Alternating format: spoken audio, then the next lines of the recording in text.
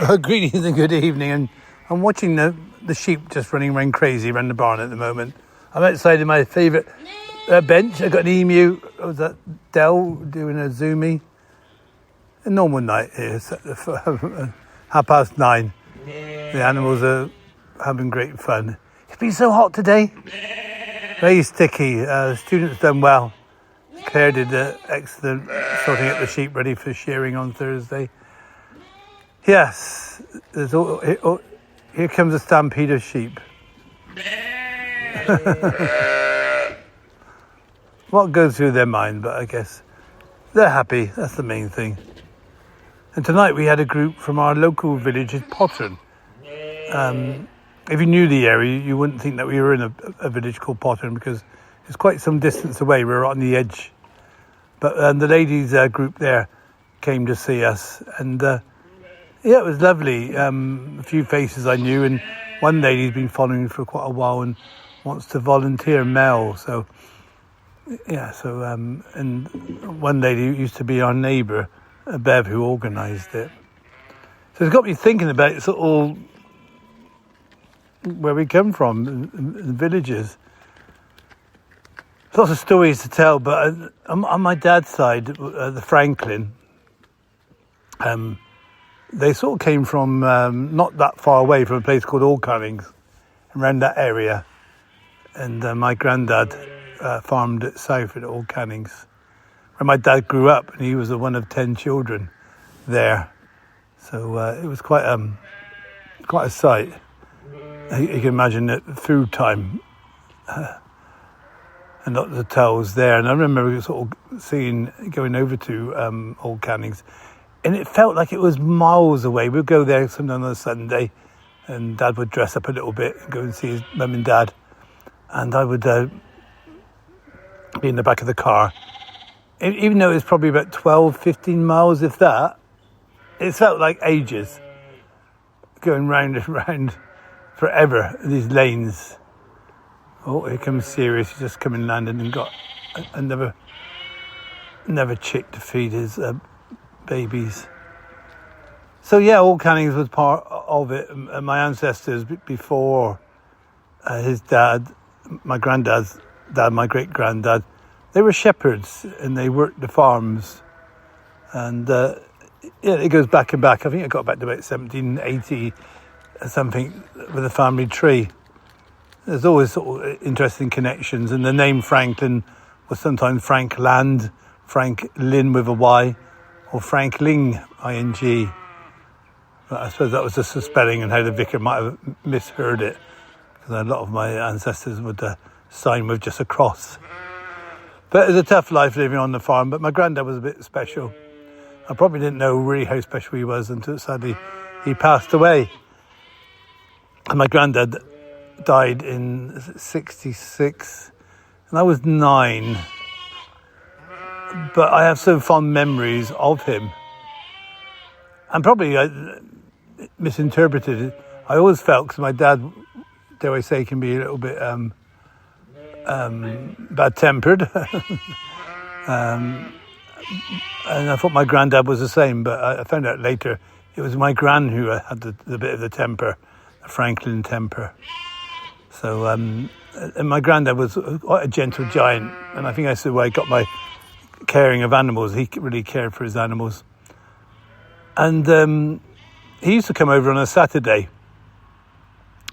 by himself. My gran never came at that stage. I never really understood why. But my granddad would come over and spend a lot of time with me. I always remember him coming in. There's a thing called World of Sport where there was there was wrestling on, and he would love to see the wrestling, and I used to sit on his lap, and we would watch all this more theatre really than real wrestling. But it was great to be with a granddad. And at Christmas, he always used to get me because he used to get some shiny pennies, and then I was sat on his lap, and all of a sudden I could hear this coin in the actual fireplace, And I was thinking that Father Christmas had thrown it down, and he said, "Oh, Father Christmas, you've been a good boy, and you throw a penny down." So that's what I would do, wait for the penny to literally drop, and my magic in the eyes of seeing that Father Christmas was watching me. A lot of happy memories, but he died far too young. And it was the first time, any time, I probably saw my dad in tears. It was in April, and it was 66. And it was a cold spell. The cows had been out, because you let the cows out. And it had a thing called strip feeding, where you put a electric fence wire across the field, and every day you would move it a few strides so the cows would have a bit more food. If you give a cow a whole field, it was just what we're flatting it. It's called hoxing it in. And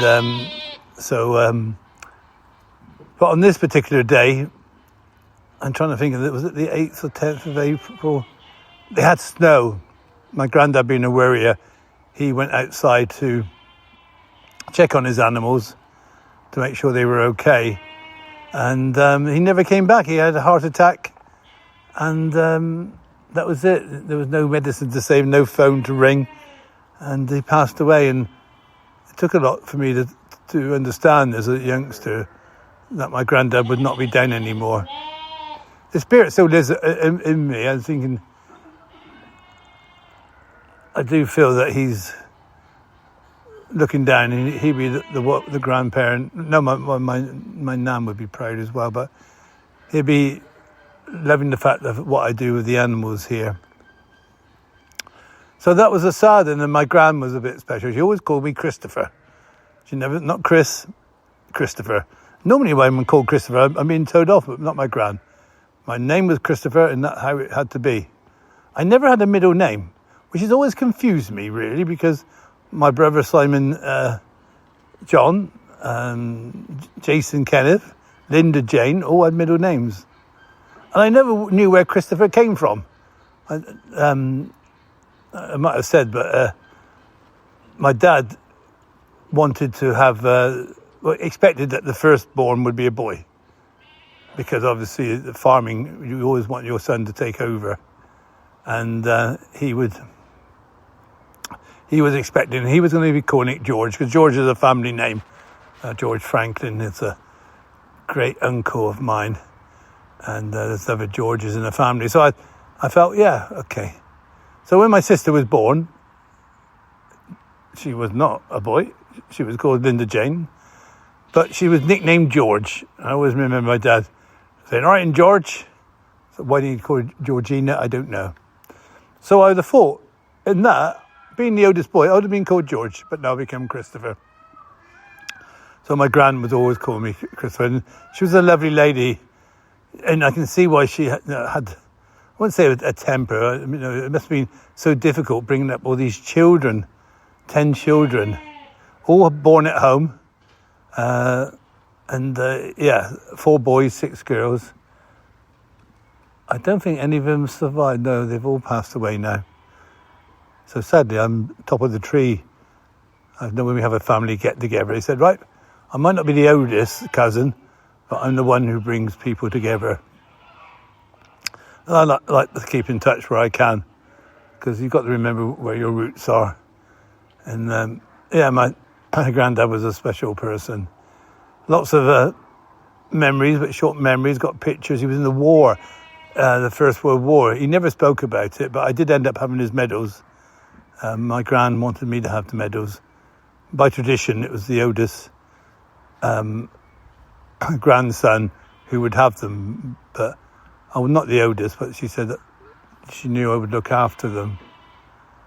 Which reminds me, where did I put them? They'll be somewhere safe. Bless. I got some of their furniture as well. You don't really need it, but it keeps the memories alive. So Old Cannings was very much a village.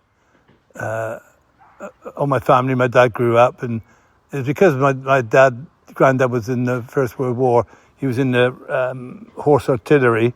That they were given land, or some of them, to become farmers. So that's where he went from being a shepherd to be a farmer. Yes, Old Cannings is a lovely place, and going over there many times. I used to cycle there. I used to have a cycle club and cycled there. And I do visit now and again. Memories of family. Oh, here comes the owl again. Where's he going with it? And I'm pleased to have the roots in the local churches as well. The family are there to be remembered, and they were quite involved with the church, and some family are involved with the church at Avebury. But I think one of the memories of going there, my dad had an old Ford car.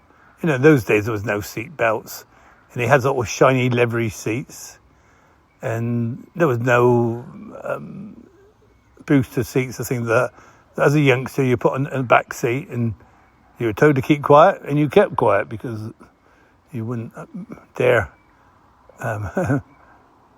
make a noise for my dad. So you sat there patiently, and there's a place called Edgehampton, a place over a monument. It's over a hill, and there's a sharp bend. And apparently, I don't remember this. I probably only about 4, probably then. I was in the back seat, and as we went round the corner, the door opened, and I slid out and landed in the road. The door shut behind me, and I sort of got up with a few tears, I can imagine, and sat on the side of the road thinking, where's my dad gone?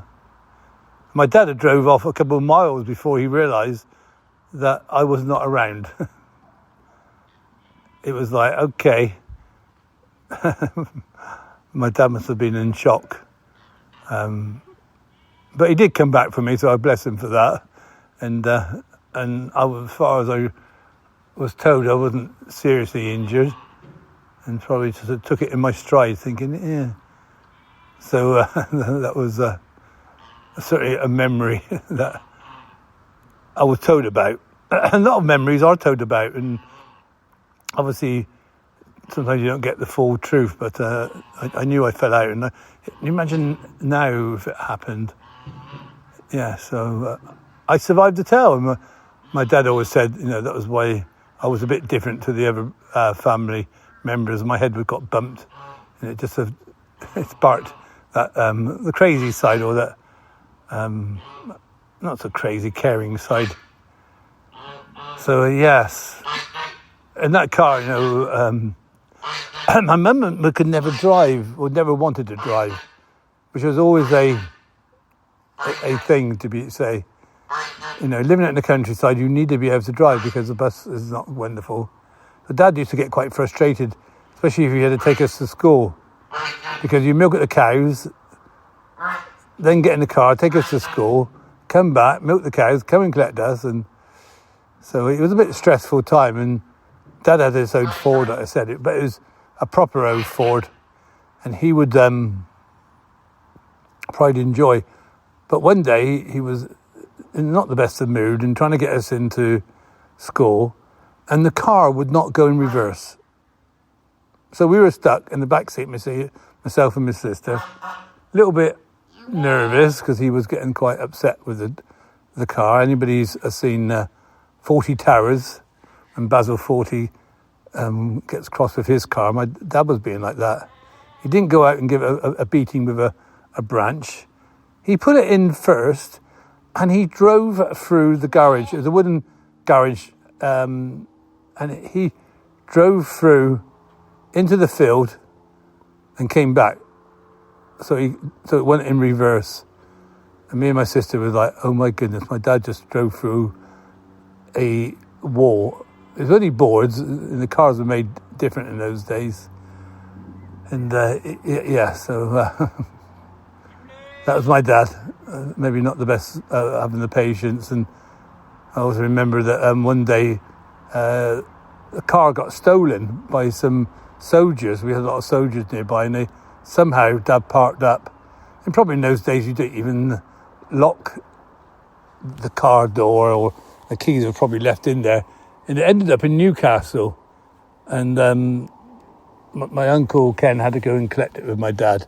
And when they came back, they felt that they could get an insurance claim out of it. So they thought, There's a local railway bridge, and they could drive it into it and put a few more dents into it so they could get a bit more claim off the insurance, which they did. But even then, the cars were so well built, they didn't really dent. But was it worth it? I don't think it would have been for what insurance people pay out. Yeah, lots of memories of my dad and my granddad over at Old Cannings. Yeah, so I wish I was older to be able to talk to him about his life in the army. He never talked to people about it, and a lot of people who went through wars never did. I remember that he had a bayonet, which allegedly he took off a dead German, which I do have. The things that he must have seen, you don't want to talk about it. But I didn't really, I was only, is it 9, did I say, when he died? 6, 7, 6, 9, yeah, 9 when I passed away. So I could never have spoke to him like I spoke to my nan and gran.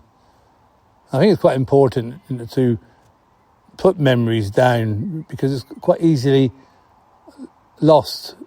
Grandparents, a few memories, a few stories, a few pictures. I'm speaking to someone, and that's one of the reasons why I'm sort of putting some of my thoughts down, because it preserves the history and it builds up a picture of family. So yeah, the local village of Old Cannings, been there to church, obviously, a few funerals. It's a lovely village, lovely area, and we're lucky to be in a rural community. Each village has its story, has its people. Lamborghini just gone by, the sheep that is. But the night is nearly over, the sun is set, the moon is sort of bright, even though there's not much of it showing. It just feels that it's time to go have a cold drink. I'm going to have some cold milk and just have a little bit of a recap of what happened today. Tomorrow's going to be hot.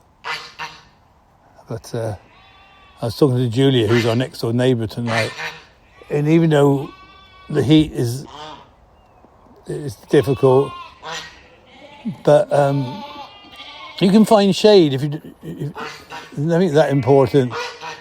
You can find, like the animals find shade. They give them water, rest up, and come out and do the work a bit later on. And Julia was saying, like myself, is that there'll be times in the winter when we'll be looking back thinking, well, if we could have some of that heat now, when we're all shivering up and wrapped up. So enjoy the moment.